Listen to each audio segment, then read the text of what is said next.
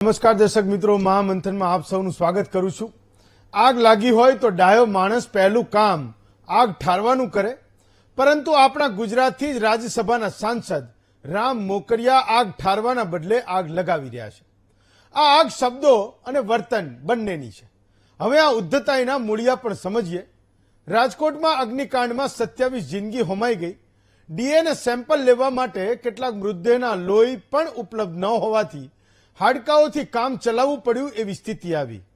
આટલી હદની વિકટ સ્થિતિ છતાં રામ મોકરિયા સહિત રાજકોટના ભાજપના કોઈ નેતા દુઃખની ઘડીમાં એ પરિવારજનોની પડખે નથી। 27 જિંદગીઓ રાખ થયા પછી માનનીય સાંસદને અચાનક બ્રહ્મ જ્ઞાન થાય છે અને તેને પોતે આપેલી લાંચને એ યાદ કરે છે। રામ મોકરિયા જ્યારે સાંસદ નહોતા ત્યારે કેટલાક વર્ષ પહેલા ભાજપ કાર્યાલય પાસેની જમીનમાં ફાયર એનઓસી માટે 70,000ની લાંચ આપવી પડી હતી એવી વાત કરી। જોકે સાંસદ બન્યા પછી તે સમયના ફાયર ઓફિસર ભીખા ઠેબાએ રામ મોકરિયાને 70,000 રૂપિયા પરત પણ આપી દીધા। હવે આ વાતને લઈને જ્યારે અમારી ટીમે સાંસદને વેધક સવાલ કર્યા તો જાણે મીડિયા સહિત સૌ કોઈ એના દુશ્મન હોય એવું વર્તન કરવા લાગ્યા। રામ મોકરિયાએ અમારી ટીમ સાથે હાથાપાઈ પણ કરી અને ઉદ્ધતાઈની હદ વટી જાય એવા શબ્દો પણ આપ્યા। કોઈ ગમે એટલું ડરાવે ધમકાવે પણ જવાબદાર માધ્યમ તરીકે અમે અમારા સવાલ પૂછવાનું કોઈના કહેવાથી બંધ નહીં જ કરીએ અને ન માત્ર સાંસદ રામ મોકરિયા પરંતુ કોઈ પણ જનપ્રતિનિધિએ આ વાત સમજી લેવી જોઈએ। ફરી એકવાર પૂરતી વિનમ્રતા સાથે રામ મોકરિયાને એટલો જ પ્રશ્ન કરવાનો કે 27 જિંદગીઓ આગમાં હોમાઈ ગઈ, રાખ થઈ ગઈ, પછી જ તમને ભ્રષ્ટાચારનું જ્ઞાન કેમ આવ્યું?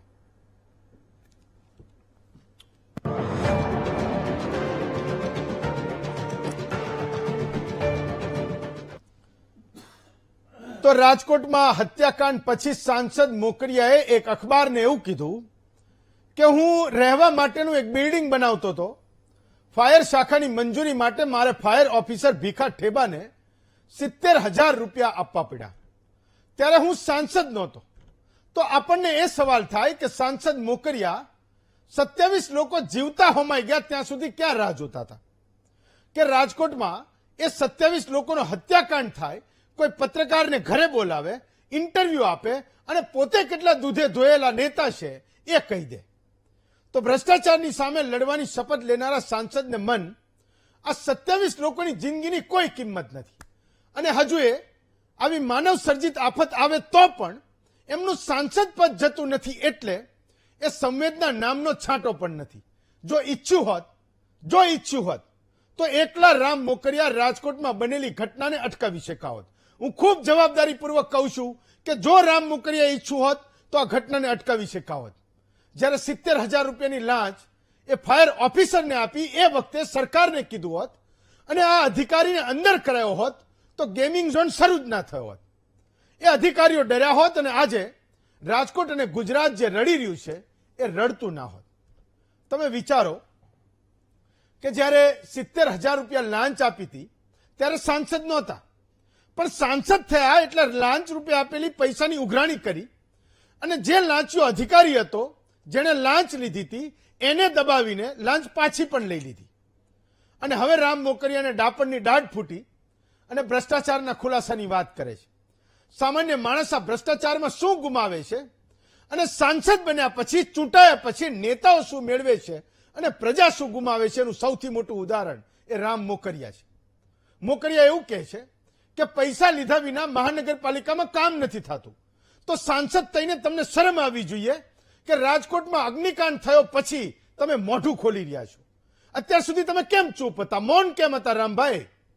તમારા આજના ખુલાસાથી આ 27 જિંદગીઓ શું પાછી આવી જવાની છે? સવાલ તમને થવો જોઈએ।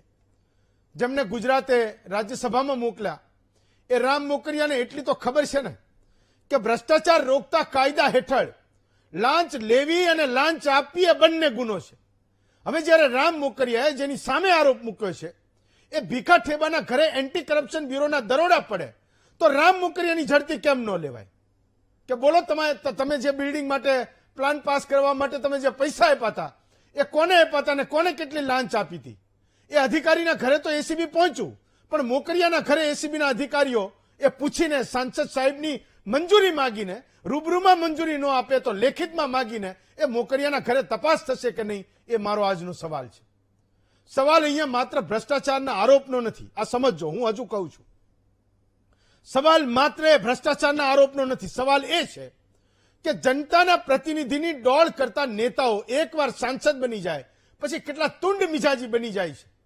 એનો પહેલો દાખલો તો એ છે કે સાંસદ બન્યા પછી અધિકારીને દબડાવીને ધાક ધમકી પણ આપી હશે.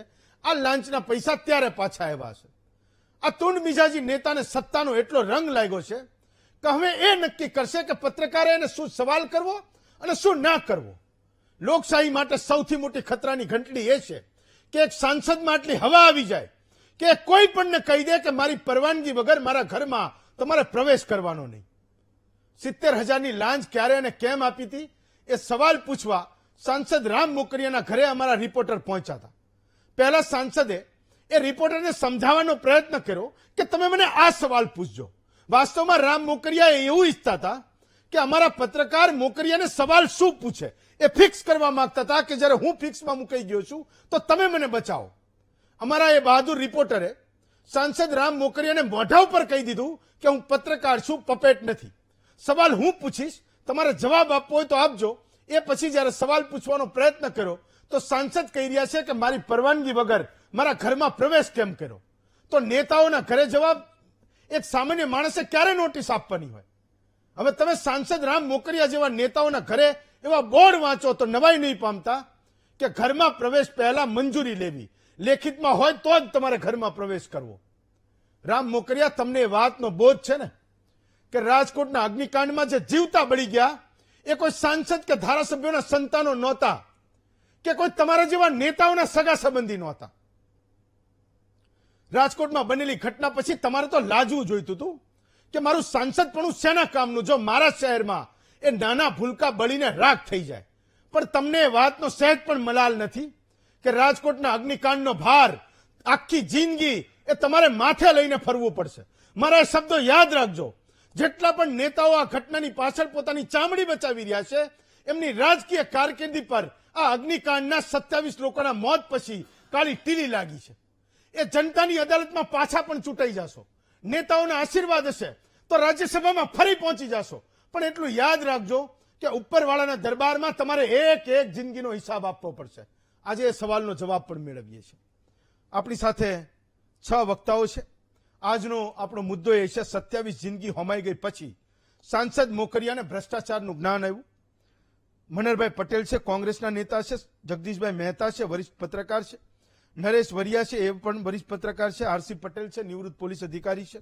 વિનોદ પંડ્યા છે, પોતે આરટીઆઈ એક્ટિવિસ્ટ છે અને પોતે હાઈકોર્ટમાં વકીલ પણ છે. અને રાજેન્દ્રસિંહ જાડેજા છે, એ સામાજિક અગ્રણી છે. સૌથી પહેલા આ ઘમંડી નેતાઓને સાંભળીએ જે અમારા પત્રકાર સાથે એને જે કંઈ વ્યવહાર કર્યો. હું નથી સમજતો કે એક પત્રકાર તરીકે પત્રકારની સાથે આ ભાષામાં વાત કરી શકે તો એને ત્યાં આ જનપ્રતિનિધિ છે, ગુજરાતે એને ચૂંટીને એ રાજ્યસભામાં મોકલ્યા છે. મત ભલે એ સામાન્ય માણસે ન આપ્યો હોય પણ એ જનતાના મતથી ધારાસભ્ય જે ચૂંટાયા એના મતથી રાજ્યસભામાં પહોંચ્યા છે. તો કોઈ સામાન્ય માણસ એના દરવાજા પર જ્યારે આવતો હશે, એના આંગણામાં જ્યારે પ્રવેશતો હશે કે એને કોઈ કામ માટે ફોન કરતો હશે તો એ શું જવાબ આપતા હશે? આ પહેલા એ વિડીયો જુઓ. સાંસદ રામ મોકરિયા પાસે 70,000ની લાંચ છે તે માગવામાં આવી છે. સીધા રામભાઈ મોકરિયા સાથે વાત કરશું કે તેઓ શું કહી રહ્યા છે, કારણ કે 70,000ની લાંચ તેઓ પાસે માગવામાં આવી છે. આ બાબતે તેઓ શું કહી રહ્યા છે, સીધા રામભાઈ મોકરિયા સાથે વાત કરશું કે તેઓ શું કહી રહ્યા છે સમગ્ર બાબતને લઈને. રામભાઈ, તમારી પાસે 70,000 રૂપિયાની લાંચ માંગવા મારે નથી દેવો તમે જા. મારે 70,000 નથી દેવો. 70,000ની મેં તને બોલાવ્યો નથી. 70,000ની લાંચ મેં તને બોલાવ્યો નથી. મીડિયાને જવાબ મારે નથી દેવો જવાબ. રામભાઈ, મારી ઈચ્છાની વાત છે, નથી દેવો જવાબ. હાલે ભાઈ બંધ કર. રામભાઈ નીકળ બહાર, નીકળ નીકળ બહાર. જે રીતના કેમેરામેનને અત્યારે ધક્કો મારીને બહાર કાઢી રહ્યા છે. નહીં, આ મારું ઘર છે, તારા બાપનું ઘર નથી. રામભાઈ, કોને કયો છો આવી રીતે? તું જવા દે, બહાર નીકળ ભાઈ. રામભાઈ, આવી રીતે તું મારા ઘરમાં શું કરવા આવ્યો? કોને રામભાઈ, પૂછીને આવ્યો? તું મારા ઘરમાં કોને પૂછીને આવ્યો તું? તમને હું ઇન્ટરવ્યુ મારા ઘરમાં મારે નથી દેવું ઇન્ટરવ્યુ. મારે ઇન્ટરવ્યુ નથી દેવું.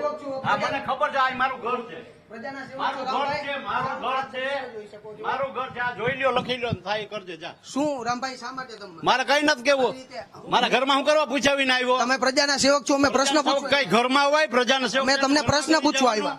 પ્રશ્ન ન પૂછાય બાર હું કહું તો જ પૂછવાનો હોય ઈ શા માટે એવું હા એવું જ હોય કઈ કઈ બાપુજી રાજ થોડું છે ના રે ના એવું કઈ તમે ચોક્કસથી આ રીતે જેટના બેફામ વર્તન છે તે અત્યારે મીડિયા સાથે કરી રહ્યા છે ને 24 કલાક હલાવી રાખજે 24 કલાક હલાવી રાખજે હાલે નીકળો છે આ રામ મોકરિયા હતા સાંસદ જેઓ અત્યારે મીડિયા સાથે બેફામ ગેરવર્તું કરે છે કેમેરાની પણ તેઓ અત્યારે ધક્કો મારીને તોડફોડનો પ્રયાસ છે તે કર્યો છે. કેમેરામેન જુનેદ સાથે સની મેડ, વીટીવી ન્યૂઝ, રાજકોટ. મતથી એ જીતી ગયા એનો પણ એને કોઈ મલાલ નથી. એ જનતાનો તો મલાલ સ્વાભાવિક છે કે ના જ હોય. જે પાર્ટીમાંથી આવી છે પાર્ટીનો પણ કોઈ મલાલ નથી. ખબર નહીં પાર્ટીવાળાએ એને કંઈ કીધું હોય તો ખબર નથી.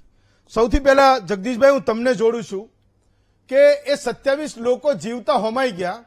રામ મોકરિયા પોતે ઈચ્છું હોત તો એ લોકોને બચાવી શકાવત કે ન બચાવી શકાવત. હું એટલે કહું છું કે 2021માં એ પોતે સાંસદ થયા તો સાંસદ થયા પહેલા ફાયર બ્રિગેડ વિભાગમાં જે ભ્રષ્ટાચાર ચાલતો હતો એના વિશે એને ખબર હતી અને એ 70,000 રૂપિયા એને ભ્રષ્ટાચાર માટે આપ્યા ને પછી પાછા લઈ લીધા. જો એ ઈચ્છતા હોત તો એ વખતે બહાર પાડ્યું હોત તો આ રાજકોટનો અગ્નિકાંડ થયો એ ન થાત. એ 27 લોકોના જીવ ગયા એ ન જાત. એકમાત્ર સાંસદ રામ મોકરિયા એ લોકોના જીવ બચાવી શકાવત.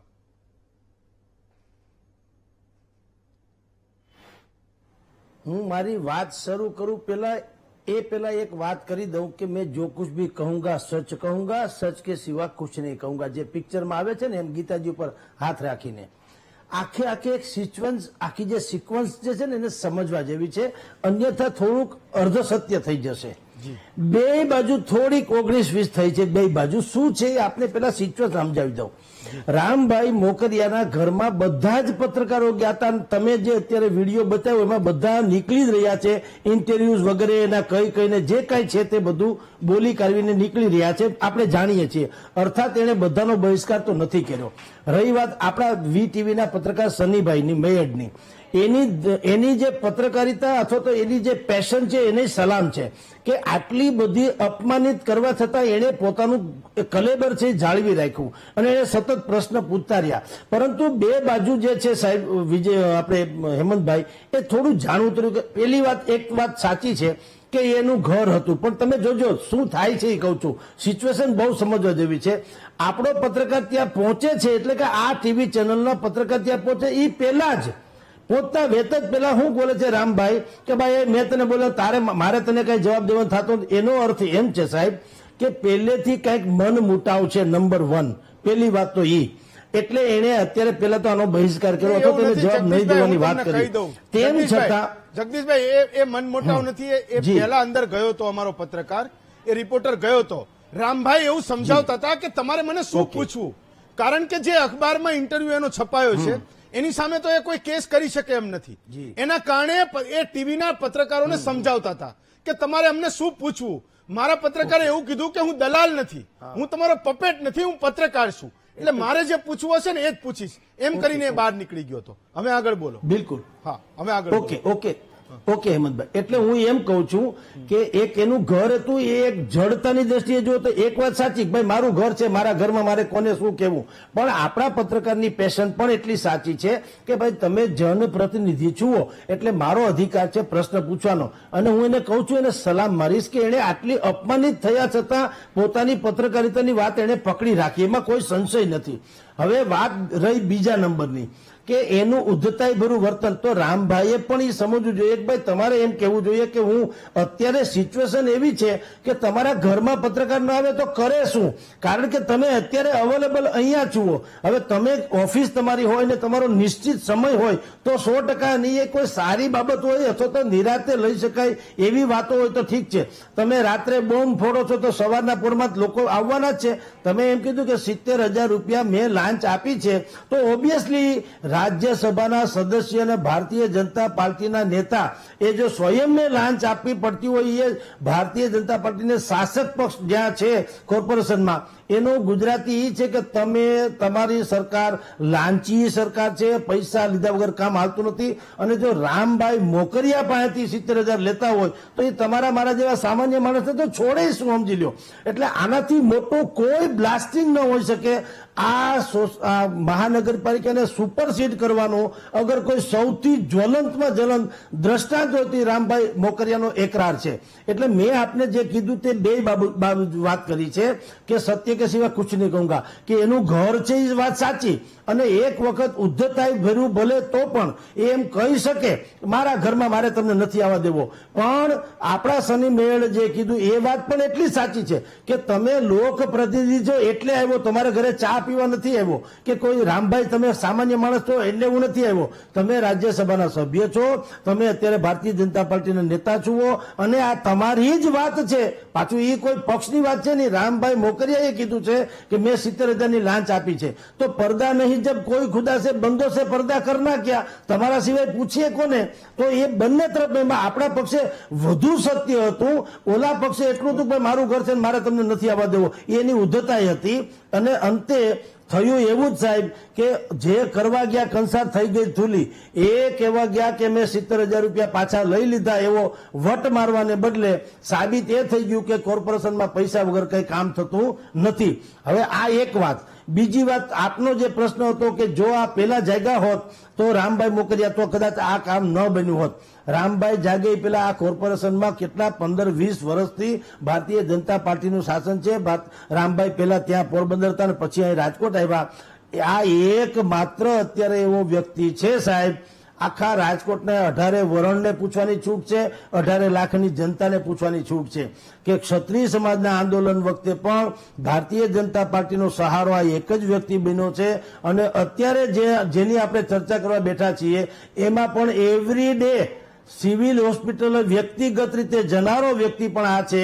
ગાંઠના પૈસે ચા બિસ્કિટ નાસ્તો કરાવે એ પણ આ છે. અને બાઇટ્સ નથી આપતા ટીવી ચેનલ વાળાને, એટલા માટે કે કહે છે કે જો હું બાઇટ આપું તો હું અહીં પ્રસિદ્ધિ માટે આવું છું એવું સાબિત થાય છે. મારે એ કરવું નથી, હું માનવતાના ધોરણે આવું છે, મારે અહીં આવવું જોઈએ. એટલે બે વાત આપણે લેવી જોઈએ કે એની ઉદ્ધતાઈ છે એ 100% નિંદનીય છે. પણ સામે પક્ષે બાકીના જે ભારતીય જનતા પાર્ટીના લોકો છે જેને લોકો નગર સેવક કરે છે, ધૂળ પડી એના નગર પદામાં નગર સેવક શબ્દ છે. તો હું તમને કહું, નગર સેવક તો શું કામ રાખે છે?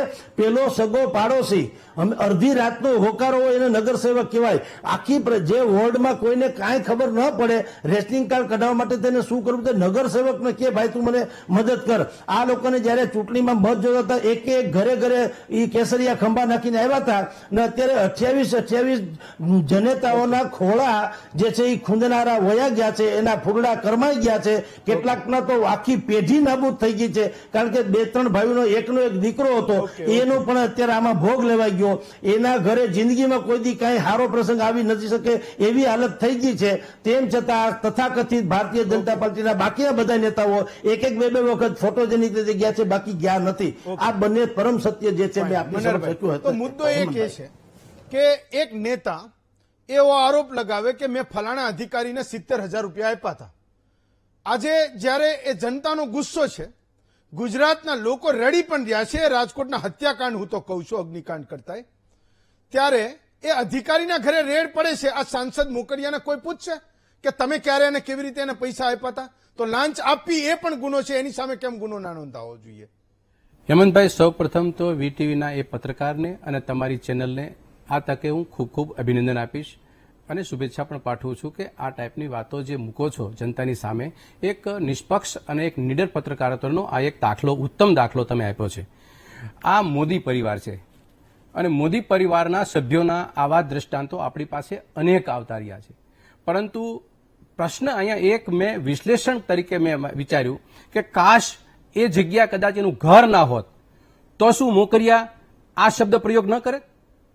એને તો ઘર એક એનું બાનું હતું, પણ એની પાસે જે શબ્દો હતા અને એનો નેચર હતો, એનું વર્તન હતું, એક નેતા તરીકે મોદી પરિવારનો સત્તાનો જે ઘમંડ હતો એ આખો નિચોડ થઈને બહાર આવેલો છે. ચાહે ઘર હોત કે ન હોત, એને મુદ્દો મળી ગયો છે કે મારું ઘર હતું, ઘરમાં શું કામ તું આવ્યો. પણ તમારા પત્રકારે પહેલા જઈને પૂછ્યું તું, એને બદલે મેં કીધું, એને ચોખ્ખું કર્યું, હું પત્રકાર છું, પપેટ નથી. આ મુદ્દો અને આ ચર્ચા એને ખટકી હતી. એ ખટકી એટલા માટે કદાચ મંદિર હોત તો પણ એ આ જ શબ્દોનું આ જ વર્તન કરવાના હતા. એટલે આ ભારતીય જનતા પાર્ટીના તમામ આગેવાનો, હું તમને એ દિવસની વાત કરી, જો ઘટના ઘટી તે દિવસે 25 તારીખે એક રાજકોટના ધારાસભ્ય એ કઈ રીતે હાસ્યાસ્પદ વાત કરતા હતા. એક બાજુ મરસિયા ગવાતા હતા, લોકોના દીકરાઓ શોધતા હતા, આખું સૌરાષ્ટ્ર ને ગુજરાત છે એ આંસુડાથી રડતું હતું. એવા સમયે ધારાસભ્યની બાઇટ આપવાની પરિસ્થિતિ શું હતી રમેશ ટીડાળાની? આ વાસ્તવિકતા છે. એ મોદી પરિવાર છે. મોદી પરિવારના 2 મુખ્યમંત્રી આવ્યા. 2 મુખ્યમંત્રીની અંદર એને વિશેષણ શું લગાડ્યું હતું? આ પહેલા વિજયભાઈમાં કે ભાઈ વિજયભાઈ સંવેદન અને નિર્ણાયક મુખ્યમંત્રી, અને આ ભૂપેન્દ્રભાઈમાં મુખ્યમંત્રીનું નિર્ણાયક એને સંવેદન શું લગાડ્યું છે કે મૃદુ અને મક્કમ. સાહેબ, આ 4 શબ્દની અંદર ખાલી વાપરવા પૂરતા જ વાપરી નાખ્યા. ખાલી વાપરવા પૂરતા વાપરી નાખ્યા. પરિસ્થિતિ એ છે સાહેબ, આ ચેનલને હું વારંવાર અભિનંદન એટલા માટે સતત આપું છું. તમારે ત્યાં કદમબોચી કરવા નથી આવતો હું અહીંયા. પણ એક વાત તમને કહું કે ગુજરાતની અંદર આ ચેનલે ખેડૂતો માટે, યુવાનો માટે, મહિલાઓ માટે જે કામ કર્યું છે કાબિલે તારીફ છે. એના ભાગે તમારા પત્રકારને એક જુસ્સો અને ઉત્સવ છે કે મારું ચેનલના હેડ છે, મારી સાથે ઉભા રહે છે, ત્યારે એ પત્રકાર એ કેમેરામેન બોલી શકે, એક ઝાપટ ખાય તો છતાં તમારું કામ કરે છે. આ ગુજરાતની જનતાએ સમજવાની વાત છે કે આ પરિસ્થિતિની અંદર પત્રકાર જીવતું રહે એ આપણા સૌના અહોભાગ્યની બાબત છે. બીજી વાત એ કહું કે સુરતની તક્ષશિલા કાંડ હોય, હેમંતભાઈ, કે એના આરોપી અત્યારે ક્યાં છે? તો કે આરોપી જામીન મળી ગયા, એ મોજ મજા કરે છે, બહાર ફરે છે. બરવાળાની અંદર લઠ્ઠાકાંડ થયો, 77 મરી ગયા, એસપીને બદલી નાખ્યા, પોલીસને ડીવાયએસપીને બદલી નાખ્યા, અને 2-3 પીએસઆઈ કે પીઆઈ હતા એને સસ્પેન્ડ કરી નાખ્યા. પાછા એ બધા આવી ગયા છે. ત્રીજી વાત, મોરબીનો ઝૂલ પુલતો 135ના મોત થયા, કોઈ બોધપાઠ ન લીધો, એના આરોપીને જેલમાં પૂર્યા, પાછા એ બહાર નીકળ્યા, જામીન ઉપર મળી ગયા. સાહેબ, તમે એક કિસ્સો લ્યો. તમે ગુજરાતની અંદર સરકાર, ભારતીય જનતા પાર્ટીની 25 વર્ષથી ડબલ એન્જિનની સરકાર, ધુમાડા કાઢી ગયેલી સરકાર છે. એને એક પણ બાબત ઉપરથી ગંભીરતાપૂર્વકનો બોધપાઠ લેવા તૈયાર નથી. હું તમને ગંભીરતાપૂર્વકની એક બીજી વાત કરું હેમંતભાઈ, જે દિવસે કિસ્સો બને છે એ દિવસે બીજા દિવસે નાના અધિકારીઓને ફરજ મોકૂફી મૂકી દીધા. બીજા દિવસે પોલીસ કમિશનર, મ્યુનિસિપલ કમિશનરને એને બદલી નાખી, અને ત્રીજા દિવસે આઈએએસ અને આઈપીએસ ઓફિસરને કેવા ગણ્યા? પવિત્ર ગાય જેવા, પવિત્ર ગાય જેવા. એને કોઈ પ્રકારનું સરકારનું કઈ લાગુ ન પડે. નાના અધિકારીને, કર્મચારીઓ એ જ આ બકરા, એને જ વધારવાના, એને જ વધારવા. તમારી હિંમત છે? આ ગુજરાતની અંદર 13 તારીખે 31મી મે 2023 થી ગુજરાતની અંદર એવા મુખ્યમંત્રીની ચેમ્બરની બાજુમાં એક બાબુ બેસે છે. એક બાબુ, એનું નામ છે કે કૈલાસનાથન. આ વ્યક્તિ જ્યારથી આવી છે ત્યારથી ભારતીય જનતા પાર્ટીના તમામ આગેવાનો નૈતિકતા ચૂકી ગયા, સંવેદના ચૂકી ગયા, ભાવના ચૂકી ગયા, એની મક્કમતાની વાત કરે છે એ બધું ચૂકી ગયા, અને રાજનીતિને નેવે મૂકી દીધી, અને નેવે મૂકીને રાજનીતિ કરે છે અને બાબુઓ વહીવટ કરે છે. સાહેબ, તમને કહું, આ આટલા લોકોને તમે કિસ્સા બન્યા ગુજરાતમાં, એક પણ બતાવો આ ગેમ ઝોનની અંદર ઉદઘાટનમાં હાજર રહેલા તમામ આઈએસ આઈપીએસ ઓફિસરના આ એફઆઈઆરમાં નામ કેમ નથી? કેમ તમે સસ્પેન્ડ કરો છો, તમે બદલી કરો છો, તો એફઆઈઆરમાં નામ કેમ નથી એના? આ 4 આગેવાનો જે ગયા હતા, મીણા બાબુ કલેક્ટર, કમિશનર થઈ અમિત મરોરા, ડીસીપી પ્રવીણ મીરા, એસપી બલરામ મીણા, આ લોકોના એફઆઈઆરમાં નામ કેમ નથી? હેમંતભાઈ, એના કરતા ગંભીર વાત કરું તમને, નામ તો નથી, પણ સસ્પેન્ડ પછી એફઆઈઆરના નામો ઉમેરવા માટે પોલીસે કોર્ટને રિપોર્ટ પણ કર્યો નથી. આ નવા નામો ઉમેરવાનો રિપોર્ટ પણ નથી કર્યો. અને ત્રીજી વાત, આ સરકારને ઘટનામાં ગુનાહિત કાવતરું દેખાતું નથી. એની કલમ 125B અને 34 શા માટે ઉમેરી નથી? આ તમે સિસ્ટમેટિક રીતે કાવતરું બન્યું છે. એ કાવતરાને કારણે આ ગુજરાતના વાલ સોયા પરિવારના દીકરા દીકરીઓ આ હોમાયા છે. આ એક માનવ વધનો ગુનો લાગે, માનવ વધનો ગુનો. અને સરકારના હોમ મિનિસ્ટર અને મુખ્યમંત્રી આ પદેથી પદભ્રષ્ટ થવા જોઈએ. એક સામાન્ય એક્સિડન્ટ હતું, રેલવેનું થયું હતું. અમારા તે દિવસના તત્કાલીન રેલવે પ્રધાન લાલ બહાદુર શાસ્ત્રીએ બીજા દિવસે રાજીનામું ધર્યું હતું. ખબર નથી કોને મળ્યું છે, ઇન્વેસ્ટિગેશન થયું નથી, છતાં એને રાજીનામાનો પત્ર મોકલ્યો હતો. આ વાસ્તવિકતા જાહેર જીવનના પ્રહરીઓની મુખ્ય ભૂમિકા હોવી જોઈએ કે જનતાનો વિશ્વાસ એના ઉપર, રાજનીતિ ઉપર ટકી શકે. આજે મોખરિયા જે બોલે છે, જે શબ્દ પ્રયોગ કરે છે, એ મોખરિયા પોતાને સ્વ બચાવવા માટે જે ભૂલ થઈ છે એ વાસ્તવિકતા બહાર આવી. અને બીજા નંબરમાં રાજકોટની અંદર જે કિસ્સો બન્યો છે એ કલંકિત કિસ્સો સરકાર માટે કાલી ટીલી બરાબર નહીં, આ આવનારા વર્ષોમાં યાદ કરવા જેવો કિસ્સો છે કે આના અંદરથી અધિકારીઓ હોય, કોઈ પણ રાજનીતિના માણસો હોય, એમાંથી બોધપાઠ લેવા જેવો છે કે ફરીવાર આ લોકોના પરિવારમાં ક્યારેય કોઈ જગ્યાએ આંસુ ન પડે. આ વાસ્તવિકતાના દર્શન કરાવવા માટેની વાત મૂકું છું. અને બીજી વાત એક છેલ્લે વાત મૂકી દઉં કે સરકારની શરમ વગરની માનસિકતા, ધારાસભ્યો શરમ વગર આવા નિવેદન કરે, સંસદ સભ્યો છે શરમ વગર આવી વાતો કરે અને મીડિયા અને પત્રકારત્વને ખોટા પાડવાની વાતો કરે અને એને ચેલેન્જ આપે. આ વાસ્તવિકતા શું બતાવે સાહેબ? મેં તમને અગાઉ એક વખત પ્લેટફોર્મ પર કીધું હતું, પત્રકારત્વ જગતને ભારતીય જનતા પાર્ટીએ નખોટ કાઢી નાખ્યું છે. ત્યાં સુધી શબ્દ બોલવો તો બોલી શકાય એમ છે. એટલા માટે હું કહું છું, એક કોંગ્રેસના એક આગેવાન તરીકે અમે ચાહે અમારી ગમે એટલી ટીકા થાય, અમારી ગમે એટલી અપમાનિત પરિસ્થિતિ થાય, પણ અમારા મોઢામાંથી જે શબ્દ જનતા પ્રત્યેનો નીકળે છે એ એક મૃદુ અને એક સંવેદનકારી અને એક રાજનેતાને શોભે એવા પક્ષને અને વ્યક્તિને એવો હોવો જોઈએ, નહીં કે રાજનીતિ ઉપર ટીકા થાય કે પત્રકારત્વ ઉપર ટીકા થાય. નરેશભાઈ, તો સવાલ એ છે કે સુરતમાં કોઈ ધારાસભ્ય કે સાંસદ બોલ્યો હોત તો તક્ષશિલા કાંડ રોકાઈ ગઈ હોત, અને રાજકોટમાં રામ મોકરિયા જેવા સાંસદ અને ચૂંટાયેલા નેતાઓ બોલ્યા હોત, જો કોઈ કોર્પોરેટરના મનમાં રામ વસ્યો હોત તો આ 27 લોકોની જિંદગી બચી ગઈ હોત. હેમંતભાઈ, આપણે કોઈ પણ ઘટના દુર્ઘટના બને એટલે પહેલી ગાજ પડતી હોય છે સરકારી અધિકારીઓ પર, અને સ્વાભાવિક છે કે જેનું કામ આપણે ત્યાં અમલદાર શાહી એવું કહેવાય છે કે કાયદાનો અમલ કરાવવાની જવાબદારી એની છે, એટલે સ્વાભાવિક રીતે એની સામે કાયદાકીય પગલાં લેવામાં આવે અને એની સામે કાયદાકીય કાર્યવાહી થવી જોઈએ. પણ એક બીજી એક રાજકીય સંસ્કૃતિ, એક બીજી પરિસ્થિતિ એ છે કે પ્રજાપ્રતિનિધિ તરીકે આપણે ત્યાં કોઈની જવાબદારી ન હોય એ પ્રમાણે એમનું વર્તન અને એમનું કાર્ય રહ્યું છે. જો કોઈ પણ નગરસેવક કે રાજ્યસભાના સાંસદ મોકરિયા જ્યારે એમ કહે છે કે એમની પાસે 70,000ની લાંચ ફાયર એનઓસી લેવા માટે લેવામાં આવી હતી, તો પ્રશ્ન એ થાય છે કે એમણે પછી સાંસદ બન્યા પછી એક પ્રજાના પ્રતિનિધિ તરીકે એમણે કેટલી રજૂઆતો કરી, એ લાંચ સામેના જે આખું દૂષણ હતું એ દૂષણની સામે એણે કેટલી ઉચ્ચ સ્તરીય એની માંગ કરી, સિસ્ટમમાં સુધારો થાય એ માટે એવા કેટલા પ્રયત્ન કર્યા, એ સૌથી મહત્વનું છે. આપણા પત્રકારે જે એને પ્રશ્ન પૂછ્યા અને બપોરે જયારે આ મેં ઘટના જોઈ ત્યારે હું પણ સ્તબ્ધ બની ગયો હતો કે આ સાંસદને શોભતું આ વર્તન નથી. બીજું કે એમનું જે આ વર્તન હતું એ ઢમંડ છે, અને ઢમંડની સામે સામે એને ખ્યાલ છે કે આ નિરંકુશ સત્તા છે, એ નિરંકુશ સત્તા એમને કશું જ કરવાની નથી. જો એમને ડર હોત કે એમના વર્તનથી આવું પરિણામ એનું અવળું આવી શકે, જે મનરભાઈએ દાખલો આપ્યો એમ નવી આ રાજકીય સંસ્કૃતિ, જૂની રાજકીય સંસ્કૃતિ, લાલ બહાદુર શાસ્ત્રીનો આપણે ઉલ્લેખ કરતા હોઈએ છીએ, રેલ મંત્રી તરીકે રાજીનામું આપ્યું, પણ એમને ખબર છે કે કોઈ મારું કરી લેવાનું નથી.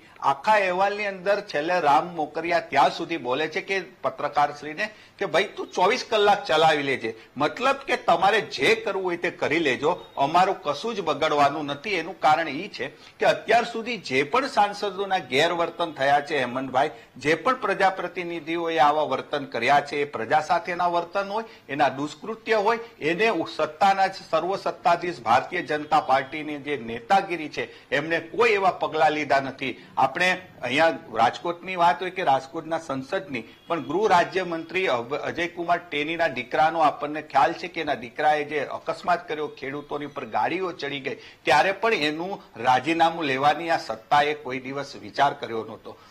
સ્વાભાવિક છે કે જ્યારે આવી બધી ઘટનાઓથી રાષ્ટ્રીય સ્તરના જ્યારે હત્યા એક અકસ્માતની અંદર ખેડૂતો મરી જાય, ગઈકાલે પણ બ્રિજભૂષણના દીકરાના કાફલાની અંદર 2 વ્યક્તિઓના મોત થાય છે, એ બ્રિજભૂષણ સામે પણ આ સત્તાએ પગલા નહોતા લીધા. એટલે એક મેસેજ એવો જાય છે કે તમે પ્રજાના પ્રતિનિધિ તરીકે આ સત્તાની અંદર તમે કોઈ પણ ને કંઈ પણ કરશો તો એની સામે કોઈ પગલા લેવામાં નહીં આવે.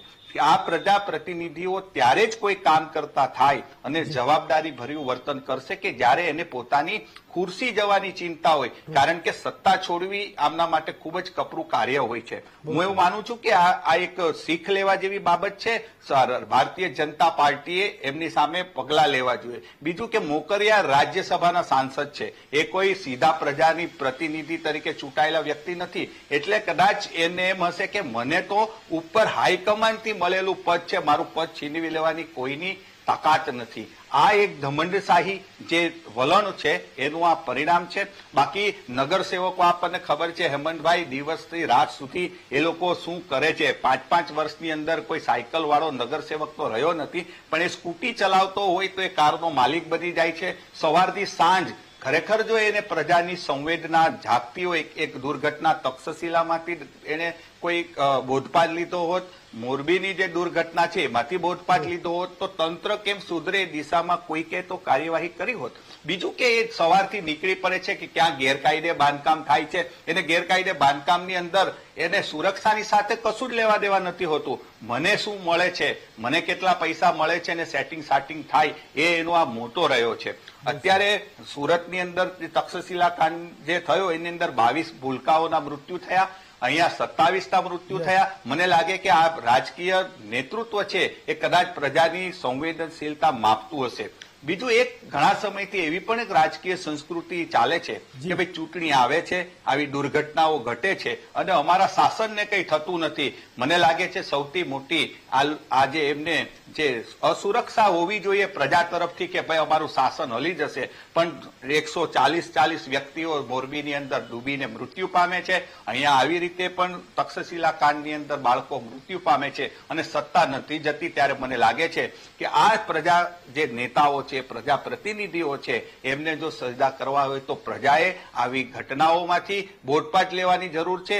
જો એને સુરક્ષા રાખશે, એનું સ્થાન ભયમાં મુકાશે તો હું માનું છું કે કઈ પ્રજા પ્રતિનિધિ તરીકે ચોક્કસ જવાબદાર રહેશે. અને બીજું કે તમે પ્રશ્ન, મને લાગે છે કે કદાચ એને એમ હશે કે બધા જ પત્રકારો સ્ક્રિપ્ટેડ પત્ર એને આપી દે પહેલા કે ભાઈ મોકરિયા સાહેબ અમારે તમારે ત્યાં આવીએ છીએ, અમે 5 પ્રશ્નો તમે આપીએ છીએ, તમે જવાબ આપો. એ પત્રકારત્વ નથી. વીટીવીના પત્રકારે જે કામ કર્યું છે ખરેખર એને સલામ કહું છું અને આપને પણ ખરેખર અભિનંદન આપું છું કે તમે આ રીતે તમારા પત્રકારની પડખે ઉભા રહ્યા અને આ ડિબેટ કરી અને એને પ્રોત્સાહિત કર્યા છે. હેમંતભાઈ, પત્રકારો પ્રશ્ન ન પૂછે તો કોણ પૂછે? અને બીજું કે નેતાઓની જવાબદારી છે કે જે ગયા છે 70,000 રૂપિયા જો તમે ભ્રષ્ટાચારને પોષવા માટે આપ્યા હતા તો પ્રશ્ન તમને પૂછે ને.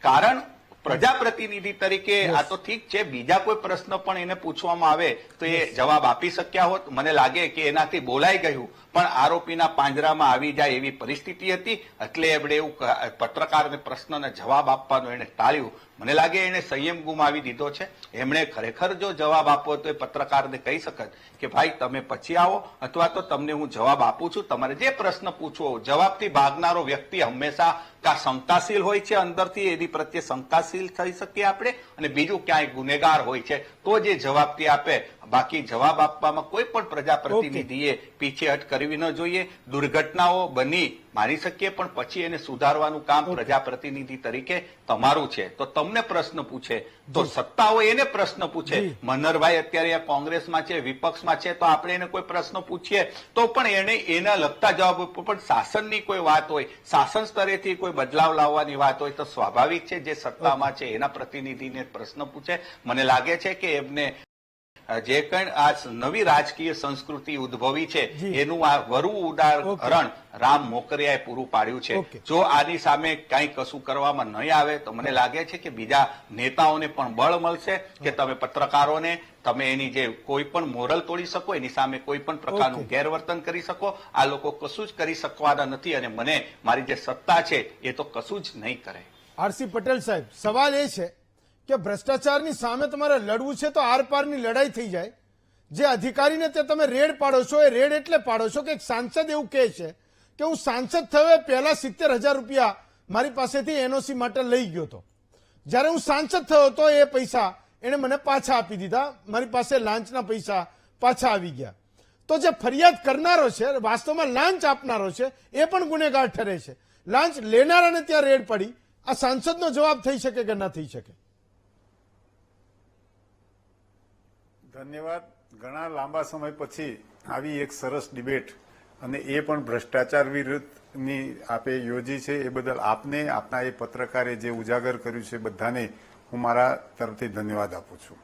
હવે સાહેબ જુઓ કે ઘણા વર્ષોથી, લગભગ 24-25 વર્ષથી ગુજરાતની અંદર ભારતીય જનતા પાર્ટીનું શાસન છે અને ત્યારથી અત્યાર સુધીમાં તમે જુઓ કે કેટલાય તક્ષશિલાનું ઉદાહરણ કરીએ, આપણે વડોદરાનું ઉદાહરણ કરીએ, મોરબીનું કહીએ, કોઈ પણ કહીએ, એમાં કોઈ પણ અધિકારીનું કંઈ બગડ્યું નથી.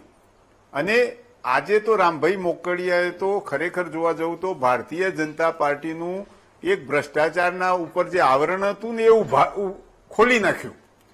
આ એ રીતે થયું છે કે સાહેબ રામભાઈ મોકળિયા પણ જે તે વખતે ભ્રષ્ટાચારને માનતા હતા. એમનું જ સત્તા હતી. રાજકોટમાં કોની સત્તા હતી? એમની સત્તા હતી. એમણે એક અધિકારીને 70,000 રૂપિયા આપ્યા. એ સજાગ આવા સક્ષમ માણસ હતા તો એમને ખરેખર એ દિવસે એક ગુનો એમના ઉપર એ દાખલ થવો જોઈએ કે એમણે ભ્રષ્ટાચાર આપીને કોઈ ખોટું કામ કરાવ્યું છે. બીજી વાત કરું કે જ્યારે એમણે એ સત્તા ઉપર આવ્યા, રાજ્યસભાના સાંસદ થયા, એટલે એમના ઉપર એમના લીધે પેલો જે ભ્રષ્ટાચાર લેનાર હતો એ અધિકારી ડરી ગયો કે સારું આ તો રાજ્યસભાના સાંસદ થયા, હવે મારી તકલીફ થશે. એટલે એમણે તકલીફ ન કરે એ માટે એ પૈસા પાછા લીધા એટલે ભ્રષ્ટાચાર કર્યો કહેવાય. આ બંને કિસ્સાની અંદર રામભાઈ ઉપર ખરેખર એસીબીએ એફઆઈઆર કરવી જોઈએ. જે સોર્સ મળ્યા છે એ ઉપરથી કરવી જોઈએ. અને જુઓ સાહેબ કે જયારે રાજ્યસભાનો સાંસદ પણ એક પાર્ટી અથવા તો રાજ્ય સરકારના કાર્યરત છે એવી જગ્યાએ એ પોતે ભ્રષ્ટાચારનો ઉજાગર કરે છે, તો ક્યાં સુધી આ જે બનાવ બન્યો છે ખૂબ દુઃખદ છે ને એવા ઘણા દુઃખદ બનાવો બન્યા છે. પણ આઈએએસ આઈપીએસ અધિકારીઓને સરકાર કંઈ કરી નથી શકતી. જેમ કે અગાઉના વર્ષોમાં પણ કેટલાય આઈપીએસ અધિકારીઓએ પોતાના બંગલા ભાડે આપી અને ભ્રષ્ટાચાર કરી અને તપાસો એમના વિરુદ્ધમાં થઈ હતી, પણ કંઈ થતું નથી. આઈપીએસ આઈએએસ નું યુનિયન એટલું પાવરફુલ છે કે સરકારને હંફાવી દે છે. આ એક નિર્વિવાદ વાત છે. અને એની સામે સરકારે, કેમ કે અધિકારીઓ હોશિયાર છે, જે ચૂંટાયેલા પ્રતિનિધિઓ છે એમને શીખવાનું છે ત્યાં જઈને. ત્યાં સુધીમાં અધિકારીઓ અને કોઈ પણ તપાસ, સીટની કોઈ પણ તપાસ નીમવામાં આવે છે એ ભીનું સંકેલવા, કોઈને બચાવવા, રાજકારણી બચાવવા, પાર્ટીના માણસને બચાવવા માટે જ છે. એટલે ભ્રષ્ટાચાર જે થઈ રહ્યો છે એના માટે રામભાઈ ઉપર ખરેખર આજે જ એફઆઈઆર થવી જોઈએ. અને એસીબીના અથવા તો જે સક્ષમ પોલીસ અધિકારીઓ આ વાત સાંભળતા હોય એમને તાત્કાલિક સરકારે, હોમ મિનિસ્ટરે નિર્ણય લેવો જોઈએ. એમણે ભ્રષ્ટાચાર આપ્યો છે, એ ગુનો કર્યો છે, અને ફરીથી એ પાછું વાત દબાવવા માટે, કોઈને ફરીથી એને હેરાન ન કરવા માટેના પૈસા લીધા છે. એણે પરત લીધા નથી. પેલો બીકનો માર્યો આપી ગયો છે, હવે હેરાન કરશે એટલે પૈસા પાછા આપી દીધા, એટલે હેરાન નહીં કરે, એટલે એ ભ્રષ્ટાચાર જ કહેવાય. એટલે અત્યારે જે ઉચ્ચ અધિકારીઓ ઉપર ખાલી બદલીથી કઈ નહીં થઈ સાહેબ. આ જો છેલ્લા 2-3 ડિબેટની અંદર મેં પણ કીધું છે કે સસ્પેન્શન એ તો કોઈ પણ ગુનો સાવરવાની એક પ્રવૃત્તિ છે. અધિકારી 6 મહિના અડધો પગાર અને 6 મહિના પછી પોણો પગાર લઈ અને શાંતિથી પાછો કાબેલ થઈને પાછો આવે છે. એટલે એમને અત્યારે જેટલા પણ હોય, એ કોર્પોરેશનના હોય, ફાયર બ્રિગેડના હોય, અન્ય તંત્રના હોય, પોલીસના હોય, કોઈ પણ બધાને ડિસમિસ કરો સાહેબ. ડિસમિસ સિવાય એ કઈ ઠેકાણે નહીં પડે. એટલે રામભાઈ વિરુદ્ધમાં પણ ગુનો દાખલ થાય અને આ બધા અધિકારીઓ ડિસમિસ થાય તો ભલે લડીને આવે, મેરિટ ઉપર લડીને કોર્ટમાં આવશે તો સ્વીકારીએ છીએ. હા, ચલો પંડ્યા સાહેબ, તો એક સવાલ એ છે કે નેતાઓને ઇમ્યુનિટી છે કે એ ફરિયાદ કરે તો સામેવાળાની સામે દરોડા પડે અને એ એકદમ દૂધે ધોયેલા છે, એણે પૈસા આપ્યા પણ એ પોતે ગુનેગાર નથી, એણે લાંચ આપી પણ એ કોઈ રીતે આરોપી નથી બનતા. હેમંતભાઈ, આ ઘણી બધી વાતો થઈ ગઈ છે એટલે રિપીટ ના આવે એટલા મુદ્દા હું નવા કહીશ. એક તો જે આપના પત્રકારને સલામ કે જેણે આ પ્રકારનું અપમાનિત થઈ અને પોતાનો પત્રકારત્વ નિભાવ્યું છે. રામભાઈ મોકરિયાની વાત કરીએ તો એ એના ઘરની જે વાત કરે છે એ પોતાનું ઘર નથી, કારણ કે પબ્લિકના માણસ છે. એ રાજ્યસભાના સંસદ છે એટલે એમના ત્યાં કોઈ પણ માણસ ગમે ત્યારે જઈ શકે, એનો રાઈટ છે અને એનો અધિકાર છે. બીજું કે જ્યારે એ પત્રકારને જે અત્યારે જે એમનું આપણું આ વિડીયોમાં આખું વર્તન જોયું, કદાચ જો એમનામાં સૌમ્યતા હોત, ખરેખર તો ભાજપના જેટલા નેતાઓ છે એટલા એ પોતે નહીં, એમના જે માણસો કાર્યકરો કહે છે કે એટલા બધા અહંકારી બની ગયા છે, ઘમંડી બની ગયા છે કે જેની કોઈ હદ નથી. કાર્યકરો પોતે એમ કે છે કે હારવા જોઈએ, એટલું ઘમંડ આવી ગયું છે. તો એ ઘમંડ તો એમનું ક્લિયર દેખાય છે આપણે જે વિડીયો કર્યો એમાં. બીજું, આજે ભાજપની સરકાર જે ભ્રષ્ટ છે એ એનો પોતાનો સંસદ જાહેર કરે છે. એને પોતે 70,000 વર્ષો પહેલા આપ્યા, એ વખતે રાજકોટમાં ભાજપની જ હતી સરકાર, ગુજરાતમાં ભાજપની સરકાર હતી, તો તો મતલબ કે એ વખતે ભ્રષ્ટાચાર ચાલતો હતો પોતાની સરકારમાં અને એને પોતે પૈસા આપ્યા જે પોતે સ્વીકારે છે. હવે જ્યારે કોઈ માણસ આવો લીડર બને છે કે એને પૈસા એકવાર આપવા પડ્યા આપ્યા, એ પછીનું એનું કામ શું હોવું જોઈએ? આજે રાજકોટમાં આટલા થયા, સુરતમાં આટલા થયા, એ લોકોને પણ એક પ્રોત્સાહન મળે અથવા તો એ લોકોને કંઈક જિંદગીમાં નવું કરવાની પ્રેરણા મળે, એ માટે હું એક એક્ઝામ્પલ આપું છું. વર્ષો પહેલા 1994માં મારો નાનો ભાઈ લાંચ નહીં આપી શકવાના કારણે સુસાઇડ કરીને ઓફ થઈ ગયેલો. મેં જેને ખોળામાં રમાડેલો એને મારે મૂક્યાવો પડ્યો, જેમ અત્યારે આ બધા મૂક્યા આવે એ રીતે. મેં મારા દિલથી નક્કી કર્યું કે હું એના જેવા 1000 છોકરાઓને લાંચ બંધ કરી નોકરી નહીં અપાવું ને ત્યાં સુધી મને શાંતિ નહીં મળે. 2000માં મારું સ્ટુડન્ટ આંદોલન, આ એટલા માટે છે કે બંને નેતાઓની હું કમ્પેર કરું છું. 2000ની સાલમાં ગુજરાતમાં બધી જગ્યાએ ફરીને મેં આખું યુનિયન બનાવેલું અને યંગ છોકરાઓ 3-4 હજારની રેલી હતી, જેમાં આજના મનીષભાઈ દોશી મારી સાથે હતા, રણજીત પેલા રણછોડ રથવી છે જે અત્યારે રાજ્યસભામાં છે, એ લોકો મારી સાથે હતા અને હું એનો લીડર હતો. હવે એ આંદોલન જયારે ગાંધીનગરમાં 2000ની સાલમાં ચાલતું હતું, એનો મુદ્દો એ હતો કે સેકન્ડરી હાયર સેકન્ડરીમાં સેન્ટ્રલાઇઝ રિક્રુટમેન્ટ કરાવી અને શિક્ષણમાં ચાલતા ભ્રષ્ટાચાર બંધ કરવા. એ ઘણું લાંબુ ચાલ્યું હતું. એમાં 3-4 હજાર વિદ્યાર્થીનું એક આંદોલન હતું. એ વખતે અમરસિંહ ચૌધરી મારે ત્યાં આવેલા અને મેં એમને હાથ પકડી નીચે ઉતારી દીધેલા કે આ લોકોને આટલો અન્યાય થયો ત્યાં સુધી તમે શું કર્યું. એ વખતે નીકળી ગયેલા. સાંજે એમનો મનીષભાઈ દ્વારા કોલ આવ્યો કે આપણે અમરસિંહભાઈના બંગલે મળવા જવાનું છે. મારી ખરેખર તો આજના નેતાઓની જેમ જઈએ ને તો બહુ વધારે ડર લાગે, પણ છતાંય મને થયું કે બોલાવે છે તો જવું જોઈએ. અમે મળવા ગયા, એમને બધાને ચા નાસ્તો કરાવ્યો અને એ માણસે માફી માંગી કે હું અત્યાર સુધી નથી આવી શક્યો, એ મને દુઃખ છે, પણ એમ કે તમે જે આંદોલન કરી રહ્યા છો તમારા મુદ્દા સાચા છે, હું એના માટે આવ્યો હતો, મારો ઇન્ટેન્શન રાજકીય નહોતો. તો આ એક નેતાગીરી હતી કે જ્યારે કોઈ આંદોલન કરતા હોય તો એની વિરુદ્ધમાં કોઈ ષડયંત્રો નહીં કરવા, પણ એને સપોર્ટ કરવો. આ જ વ્યક્તિ જ્યારે એને પોતે લાંચ આપી છે, એની ફરજ એ બનતી હતી કે જેટલા લાંચ લેતા હોય એ બધાને રાજ્યસભાના સંસદ બન્યા પછી ખુલ્લા પાડવા જોઈએ, આવા ભ્રષ્ટાચારીઓને બંધ કરવા જોઈએ. તો મેં એ સપનું પૂરું કર્યું. 200 જણને જેલમાં મોકલ્યા. આ ગુજરાતના કમિશનરને મેં ધરપકડ કરાયેલી CBIમાં, એના કારણે 25 લાખ લોકો અત્યારે 45માં એમના રિફંડ લે છે. એવી રીતે સેકન્ડરી હાયર સેકન્ડરીમાં સેન્ટ્રલાઇઝ રિક્રુટમેન્ટ થાય છે, એમાં વગર પૈસે જે 15-20 લાખ રૂપિયામાં એપોઇન્ટમેન્ટ થતી હતી વર્ષોથી, એ બંધ થઈ અને એ 2008થી હવે સેન્ટ્રલાઇઝ રિક્રુટમેન્ટ થઈ. તો એક મારી તો નાની લીડરશીપ છે, પણ આ પોતે તો રાજ્યસભાના સંસદ છે. જો એમને લાંચ આપવાનો કડવો અનુભવ થયો હોય તો એમને આજે આ પત્રકાર સાથે આ દુશ્મની ના લેવાની હોય. એમને આટલા વર્ષોમાં એ કામ કર્યું હોય કે રાજકોટમાં એક પણ લાંચ ના લેતો હોવો જોઈએ.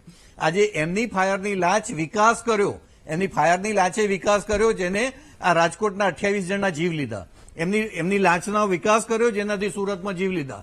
એમની લાંચે વિકાસ કર્યો એનાથી મોરબીમાં જીવ લીધા, વડોદરા હણીમાં જીવ લીધા. તો આ લાંચનો વિકાસ થયો, એના માટે જવાબદાર આવા લાંચ આપતા. આ તો સારું છે કે એમણે સ્વીકાર્યું પોતે કે મેં લાંચ આપી છે અને એ લાંચ પોતે સ્વીકારી છે, મતલબ કે બીજા બધા આપે છે, બીજા નથી સ્વીકારતા. અમને સ્વીકાર્યું એક સારો મુદ્દો ગણીએ છીએ કે એમને સ્વીકાર કર્યો. પણ આજે જયારે પોતાનો રાજ્યસભાનો સાંસદ એમ કે છે કે અમે લાંચ આપીએ છીએ, તો એનો અર્થ એમ કે ગુજરાતમાં બધી જગ્યાએ લાંચ ચાલે છે, તો એના પર કોઈ એક્શન લેવાતા નથી. ગુજરાતમાં જેટલી પણ પેન્ડિંગ અરજીઓ છે એના પર એક ઇન્સ્પેક્શન થવાની જરૂર છે. આ બધી પોલ ખુલે એમ છે, પણ કોઈએ એમાં એક્શન નથી લેવા. અધિકારીઓ એકબીજાને બચાવે છે, સરકાર બચાવે છે. ઇવન એ વખતે સેન્ટ્રલમાં જયારે વિજિલન્સમાં મોકલતા તો સેન્ટ્રલ વિજિલન્સ એક્શન લેતી. આજે સેન્ટ્રલ વિજિલન્સમાં મેં 7 ઓફિસર આપણે નેશનલ ઇન્સ્યોરન્સના મોકલ્યા છે. એ લાંચ પકડાયેલા છે, એમને ગેરરીતિ કરી છે, એમના પૈસા રિકવર કર્યા, એમને જેલમાં નથી મોકલ્યા, એમની સામે FIR નથી થઈ, કારણ કે સેન્ટ્રલ મિનિસ્ટ્રી પરમિશન આપે. તો આ પ્રકારનું છેલ્લા 10 વર્ષથી મને અનુભવ થાય છે કે અત્યારે જબરજસ્ત કરપ્શન થાય છે, ભ્રષ્ટાચાર થાય છે, પણ એમને સત્તા પોતે બચાવે છે અને અધિકારીઓ બચાવે છે. તો આપણે બધાએ તો એવા નેતાઓ જોયા, સમજ્યા અને વાંચ્યા છે, જયપ્રકાશ નારાયણ જેવા, જે પોતે મશાલ પકડે તો દેશ આખો એની પાછળ નીકળી પડે. આ બધા નેતાઓને તો બત્તી પકડતા નથી આવડતું. જનતા એની પાછળ શું આવે, મારા ઘરમાં પ્રવેશવું નહીં, મારા ઘરમાં પ્રવેશવું નહીં, લઈ જાઓ ઘર જ્યાં આવ્યા છો ત્યાંથી જોડે જ. એટલે તમારે ત્યાં કોઈ આવે નહીં, પૂછે નહીં અને કોઈ ઘૂસે પણ નહીં. એક બ્રેક લઈએ, બ્રેક પછી પાછા આવીએ.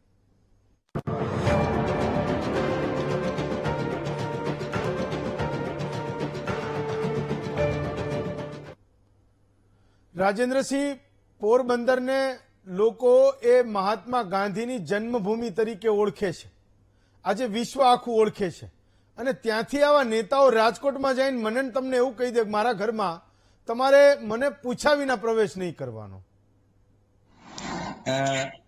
નમસ્કાર બધાને. આ અમારી પોરબંદરની આ એક ખૂબ દુઃખદ ઘટના કહેવાય કે પોરબંદરના એક રાજકારણી ત્યાં રાજકોટ જઈ અને આ પ્રકારનું વર્તન કોઈ પત્રકાર સાથે કરે એ દુઃખદ. પણ એમાં મારું પોતાનું અંગત મંતવ્ય એ છે કે એક તો થોડી પત્રકારની થોડી ભૂલ કહેવાય કે એમને કદાચ એના ઘરની અંદર જઈ અને એમને પ્રશ્ન પૂછ્યો એટલે કદાચ એને રામભાઈને એવું થયું હોય કે મારા ઘરની અંદર આવીને તું કેમ મને પ્રશ્ન પૂછે છે.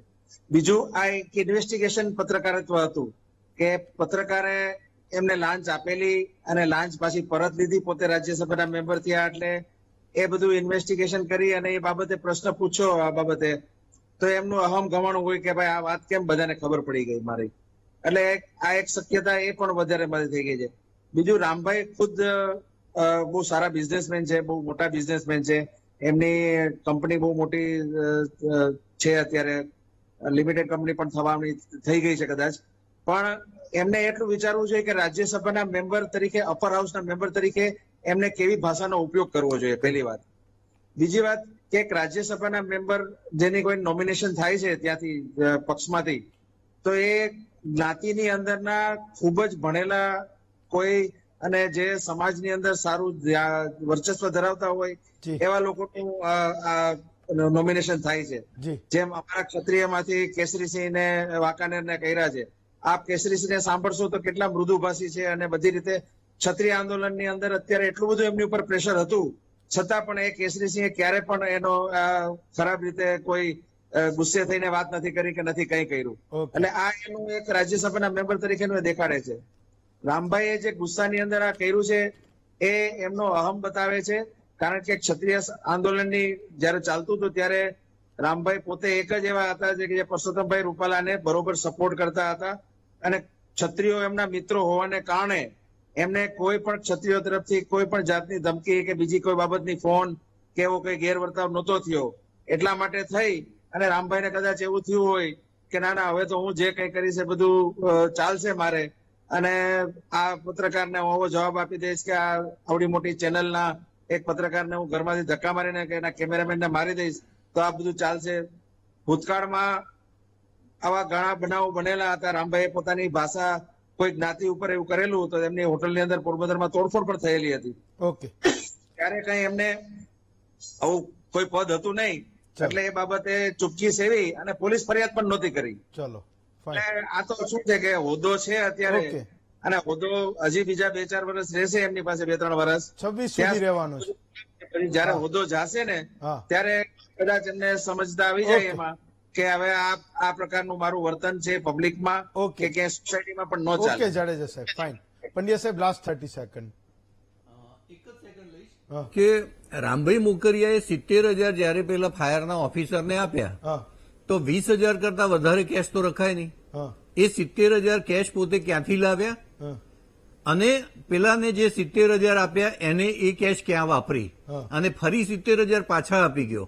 તો એના માટે ઈડી અને આઈટીએ એમની પર રેડ કરવી જોઈએ અને એમને આવા કેટલા વ્યવહારો રોકડથી કર્યા છે એની ટોટલ સંપત્તિની અને પોતાના જે વ્યવહારો છે એની ઇન્કવાયરી કરવી જોઈએ અને એની પર એક્શન લેવા જોઈએ. કારણ કે ટેક્સ ચોરી પણ આવે આમાં. એ 70,000 એમણે કેશ આપ્યા છે, એમણે બતાવ્યા નહીં હોય એમના ટેક્સમાં એ વખતે. તો 70,000 જયારે ટેક્સનો વ્યવહાર થયો છે તો એમાં ઈડી અને આઈટી બંને આવે, પોતે સ્વીકારે છે કે મેં 70,000 આપ્યા. તો ઈડી આઈટી સીધી જવી જોઈએ અને એમનું આખી જે છાનબીન કરવી જોઈએ કે એમને આટલા વર્ષોમાં કયા કયા વ્યવહારો કઈ જગ્યાએ કર્યા છે. મનહરભાઈ, લાસ્ટ 30 સેકન્ડ. આખી ચર્ચાનો હું એક ક્યાસ આપને કહેવા માંગુ છું. એ છે પક્ષના એક આગેવાન તરીકે મુખ્યમંત્રી પાસે શહેરી વિકાસ મંત્રાલય છે. સુભાષ ત્રિવેદી અત્યારે સીટના ચેરમેન છે, એ તપાસ કરી રહ્યા છે. એમને બંનેને મારી વિનંતી છે કે જો આ 33 બાળકોને કે 33 લોકોને સાચો ન્યાય આપવો હોય તો 125B અને 34 કલમ આઈપીસી ની અંદર ઉમેરો આ કાવતરું છે એ ગુનો, એને તમે ગુનાહિત તરીકે તમે કાગળ ઉપર લો. બીજું, તમે જે અધિકારીઓને તેમ બદલી કર્યા છે એ એફઆઈઆર ની અંદર જે આઈપીએસ અને આઈએસ ઓફિસર છે એના નામ થાય, એની ધરપકડ થાય અને જેલ હવાલે થાય. અને ત્રીજી બાબત એ છે કે જે આરસી પટેલ સાહેબે અને નરેશભાઈએ કીધી, એને કોમનલી વાત મૂકું છું કે જે ગુજરાતની અંદર આઈપીએસ અને આઈએસ લોબી જે કામ કરે છે સ્ટ્રોંગ છે, એ ભારતીય જનતા પાર્ટીને નથી ખબર. એક પણ ભારતીય જનતા પાર્ટીનો ગાંધીનગરમાં આગેવાન 156 પૈકી છે, ખાલી કોથળા જેવો થઈને જાય છે ત્યાં આગળ, એની કોઈ વેલ્યુ નથી ત્યાં આગળ. માત્ર બાબુની ચેમ્બરની બહાર વેઇટિંગમાં બેઠા છે.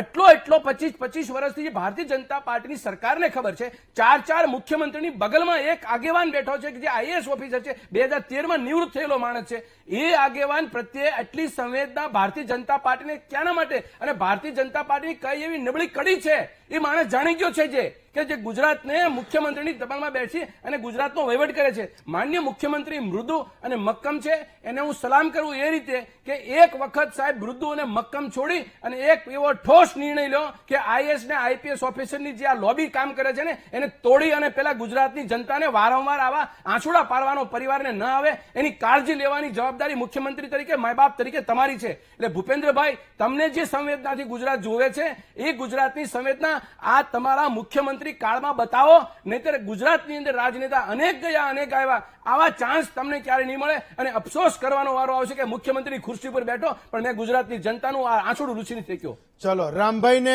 કદાચ અત્યાર સુધીમાં કોઈએ અરીસો નહીં બતાવ્યો હોય, પણ અમે અમારું કામ ચૂકવાના નથી. યાદ રાખજો, આ અરીસો ધરતા રહેવાના છીએ. મનરભાઈ, જગદીશભાઈ, નરેશભાઈ, પટેલ સાહેબ, પંડ્યા સાહેબ અને રાજેન્દ્રસિંહ, 6 વક્તાઓનો ખૂબ ખૂબ આભાર માનું છું. આવતીકાલે નવા એક વિષય સાથે ફરી મળીશું. આજે રજા આપશો.